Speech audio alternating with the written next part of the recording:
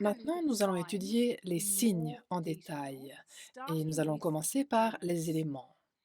Comme vous le savez peut-être, il y a quatre éléments. Il y a le feu, la terre, l'air et l'eau. D'accord? Donc, comme il y a 12 signes astrologiques et 4 éléments, cela veut dire que ces 12 signes sont groupés en groupes de 3. Donc, juste pour vous dire le général avant de passer au détail, les signes du feu sont Bélier, Lion et Sagittaire. Les signes de la terre sont le Taureau, la Vierge et le Capricorne.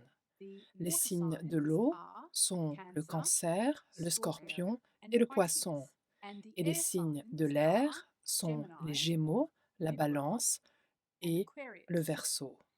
Et pour votre information, beaucoup de gens pensent que le Verseau, c'est un signe d'eau, parce que souvent on le symbolise par le porteur d'eau, quelqu'un qui porte une cruche d'eau sur son épaule, mais il s'agit vraiment d'un signe d'air.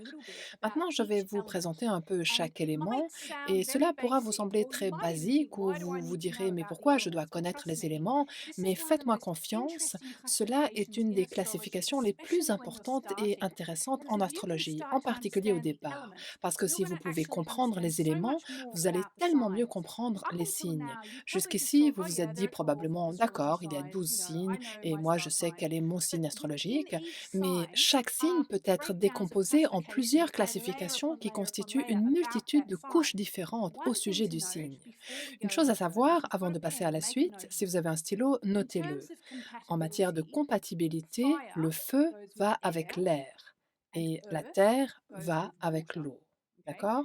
Donc ça, c'est juste une règle de base très fondamentale et générale. Et comme vous allez le voir dans la suite de notre exploration, nous avons tous différentes planètes dans différents éléments.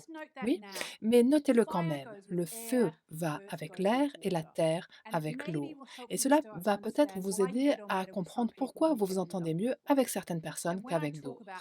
Et quand je dis qu'on a beaucoup d'un élément en particulier dans notre thème, cela veut dire que, bien évidemment, nous avons tous les signes dans notre thème, mais vous allez voir que vous avez peut-être plus de planètes dans un élément que dans un autre.